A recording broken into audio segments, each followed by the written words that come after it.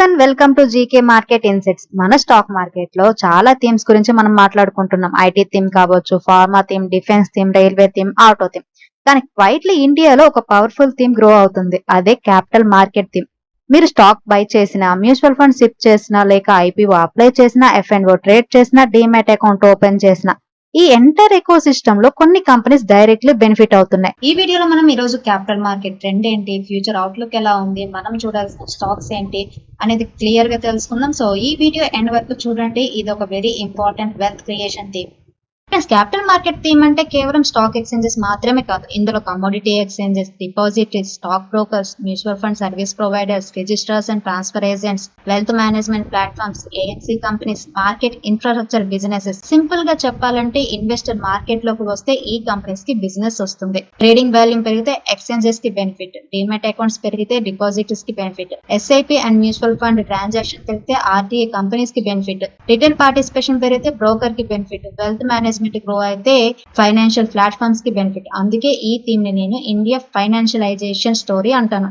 Friends, ఈ capital market future outlook అనేది చాలా ఇంట్రెస్టింగ్ గా ఉంది. ఇండియాలో సేవింగ్ ప్యాటర్న్ స్లోలీ చేంజ్ అవుతుంది. ముందు మనం చూస్తే గనక middle class savings mostly FD, gold, land or chit funds లో ఉండేవి. ఇప్పుడు youngsters, salary peoples, business people ఏంటంటే slowly SIP, stocks, ETFs, IPOs, PMS, wealth products వైపు మూవ్ అవుతున్నారు. డిజిటల్ కేవైసీ వల్ల డీమ్యాట్ అకౌంట్ ఓపెన్ చేయడం ఈజీ అయింది. మొబైల్ యాప్స్ వల్ల ఇన్వెస్టింగ్ సింపుల్ అయిపోయింది. అలాగే financial awareness YouTube, social media platforms వల్ల పెరిగింది. ఎస్ఐపి కల్చర్ వల్ల డిసిప్లిన్ ఇన్వెస్టింగ్ పెరుగుతుంది. ఐపీఓ పార్టిసిపేషన్ కూడా స్ట్రాంగ్ గా ఉంది. సో ఇవన్నీ కలిపి చూస్తే క్యాపిటల్ మార్కెట్ ఎకో సిస్టమ్ కి లాంగ్ టర్మ్ టైల్ విండ్ అయితే ఉంది. బట్ ఫ్రెండ్స్, ఒక ఇంపార్టెంట్ వార్నింగ్ ఏంటంటే థీమ్ స్ట్రాంగ్ అంటే ఎవ్రీ స్టాక్ బై చేయాలని కాదు. గుడ్ థీమ్ లో కూడా రాంగ్ వాల్యుయేషన్ వద్ద బై చేస్తే రిటర్న్స్ వీక్ అవుతాయి. కాబట్టి మనం స్టాక్ వైజ్ ఫైనాన్షియల్ అనాలిసిస్ చేయాలి. సో ఈ క్యాపిటల్ మార్కెట్ థీమ్ లో మనం డిస్కస్ చేయబోయే ఫస్ట్ స్టాక్ ఏంటంటే బిఎస్సి లిమిటెడ్ అండి. బిఎస్సి ఇండియాలోనే ఓల్డ్ స్టాక్ ఎక్స్చేంజ్. బట్ ఇప్పుడు బిఎస్సి కేవలం ఓల్డ్ ఎక్స్చేంజే కాదు, derivative listings, mutual fund platforms, data services, clearing ecosystem ఇవన్నీ కలిపి బిఎస్సి ఒక పవర్ఫుల్ క్యాపిటల్ మార్కెట్ ఇన్ఫ్రాస్ట్రక్చర్ కంపెనీగా మారుతుంది అనమాట.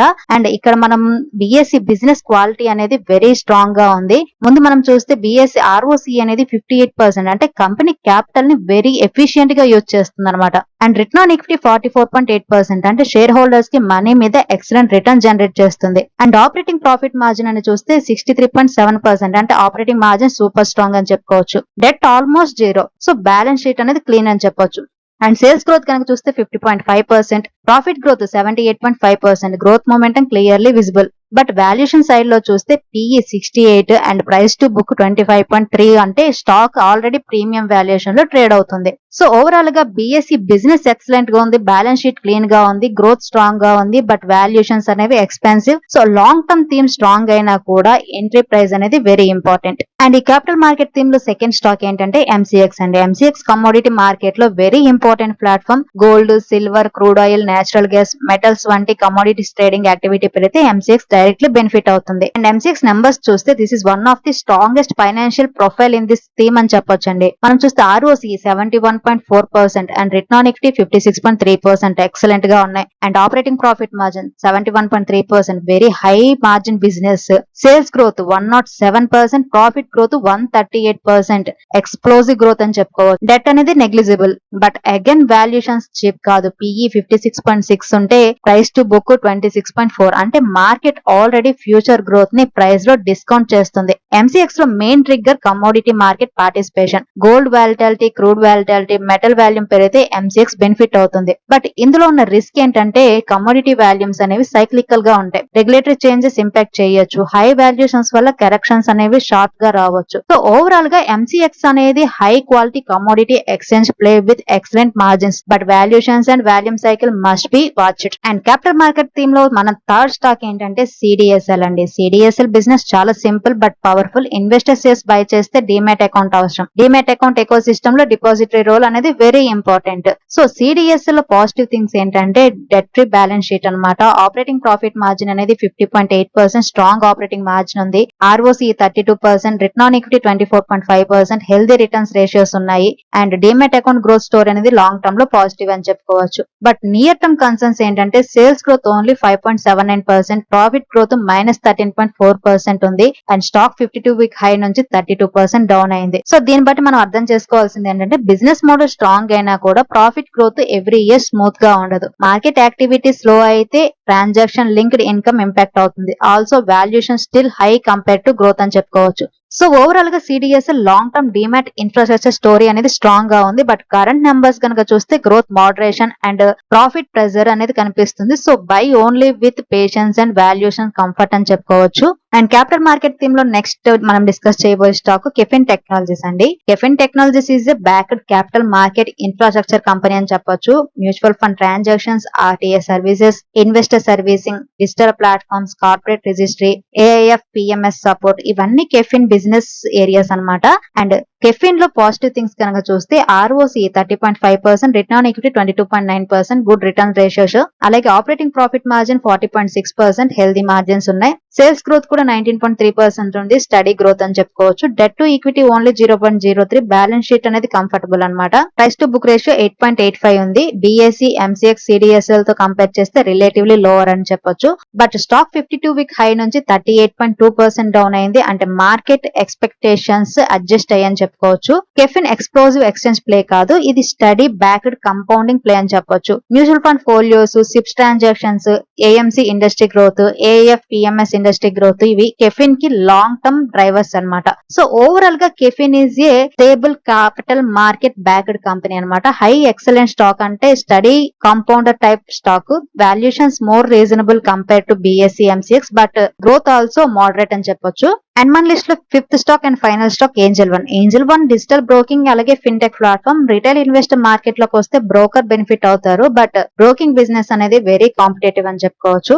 ఏంజల్ వన్ వాల్యుయేషన్స్ కనుక చూస్తే బిఎస్సి, ఎంసీఎక్స్, సిడిఎస్ఎల్ తో కంపేర్ చేస్తే లోవర్ గా కనిపిస్తుంది.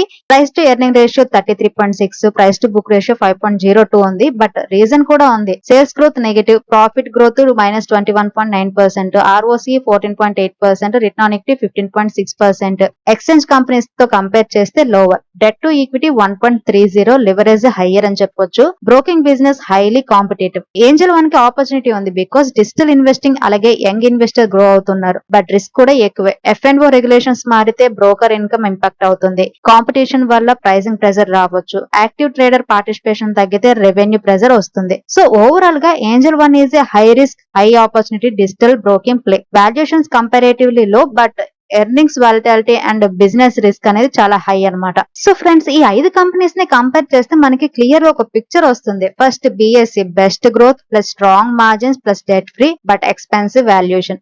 MCX excellent ROCE, return on equity plus highest margin but commodity volume cycle risk ఉంటుంది. CDSL strong demat infrastructure story but profit growth currently under pressure. Caffeine stable backed mutual fund infrastructure play, moderate growth, reasonable valuation compare to others. Angel one digital broking growth opportunity but competitive and leverage business. So theme అనేది strong గా ఉంది, but stock selection అనేది అంత easy కాదు. ఒక్కో కంపెనీకి ఒక్కో strength ఉంది, ఒక్కో కంపెనీకి ఒక్కో రిస్క్ ఉంది, ఒక్కో స్టాక్ కి వాల్యుయేషన్ డిఫరెన్స్, ఒక్కో బిజినెస్ సైకిల్ డిఫరెంట్. సో ఇక్కడ రిటైల్ ఇన్వెస్టర్ కి బిగ్గెస్ట్ కన్ఫ్యూజన్ ఏంటి? బిఎస్సి కొనాలా, ఎంసీఎక్స్ కొనాలా, సిడిఎస్ఎల్ కొనాలా, కెఫిన్ కొనాలా, ఏంజల్ వన్ కొనాలా? బిఎస్సి క్వాలిటీ స్ట్రాంగ్ కానీ ఎక్స్పెన్సివ్, ఎంసీఎక్స్ మార్జిన్స్ ఎక్సలెంట్ కానీ valuations high, CDSL long term story చాలా స్ట్రాంగ్ గా ఉంది బట్ కరెంట్ ప్రాఫిట్ ప్రెజర్ ఉంది, కెఫిన్ స్టేబుల్ కానీ గ్రోత్ అనేది moderate, Angel One cheap looking కానీ బిజినెస్ రిస్క్ ఉంది. ఇక్కడే ప్రాబ్లం స్టార్ట్ అవుతుంది. స్టాక్ సెలక్షన్ చేయడం అనేది ఒక ఛాలెంజ్, బట్ స్టాక్ హోల్డ్ చేయడం ఇంకో big challenge.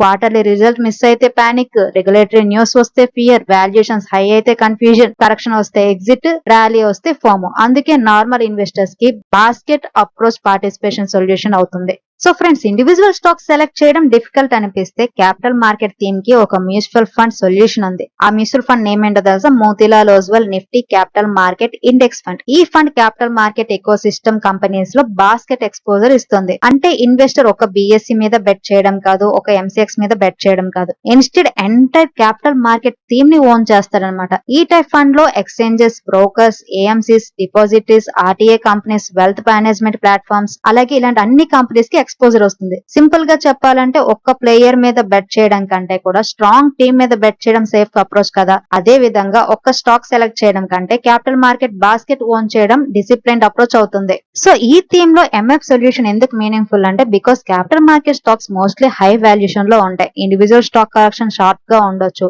Regulatory changes stock specific impact అవ్వచ్చు, క్వార్టర్లీ పర్ఫార్మెన్స్ అన్ఈవెన్ ఉండొచ్చు, రిటైల్ ఇన్వెస్టర్స్ కి ఎవ్రీ కంపెనీ ట్రాక్ చేయడం డిఫికల్ట్ అవుతుంది. సో ఎంఎఫ్ బాస్కెట్ వల్ల ఏమవుతుందంటే కంపెనీ స్పెసిఫిక్ రిస్క్ అనేది రిడ్యూస్ అవుతుంది, థీమ్ పార్టిసిపేషన్ ఈజీ అవుతుంది, సిప్ డిసిప్లిన్ మెయింటైన్ అవుతుంది, స్టాక్ పికింగ్ ప్రెజర్ తగ్గుతుంది, లాంగ్ టర్మ్ హోల్డింగ్ ఈజియర్ అవుతుంది. బట్ వన్ ఇంపార్టెంట్ పాయింట్ ఏంటంటే ఈ మ్యూచువల్ ఫండ్ కూడా సేఫ్ ప్రొడక్ట్ అయితే కాదు, ఇది high risk thematic equity fund అన్నమాట. క్యాపిటల్ మార్కెట్ థీమ్ వీక్ అయితే ఫండ్ కూడా కరెక్ట్ అవుతుంది, గుర్తుపెట్టుకోండి. So this should be only satellite allocation, not core portfolio అని చెప్తాను. ఆ వ్యూలో పోర్ట్ఫోలియో ఎలా ఉండాలంటే కోర్ పోర్ట్ఫోలియోలో 80 to 90% large cap, flexi cap, multi cap, index funds, hybrid funds ఉండాలి. శాటిలైట్ పోర్ట్ఫోలియో అనేది 5% to 10% ఉండాలి. అంటే క్యాపిటల్ మార్కెట్ థీమ్ అవ్వచ్చు, defence, manufacturing, digital India, consumption themes అన్నమాట. So capital market index fund ని ఓన్లీ శాటిలైట్ అలికేషన్ గా consider చేయాలి. Lump sum కాకుండా ఎస్ఐపి రూట్ అనేది better because valuations already high and volatility strong గా ఉంది కాబట్టి. సో ఓవరాల్ గా చూస్తే ఇండియా క్యాపిటల్ మార్కెట్ స్టోరీ అనేది లాంగ్ టర్మ్ లో పవర్ఫుల్.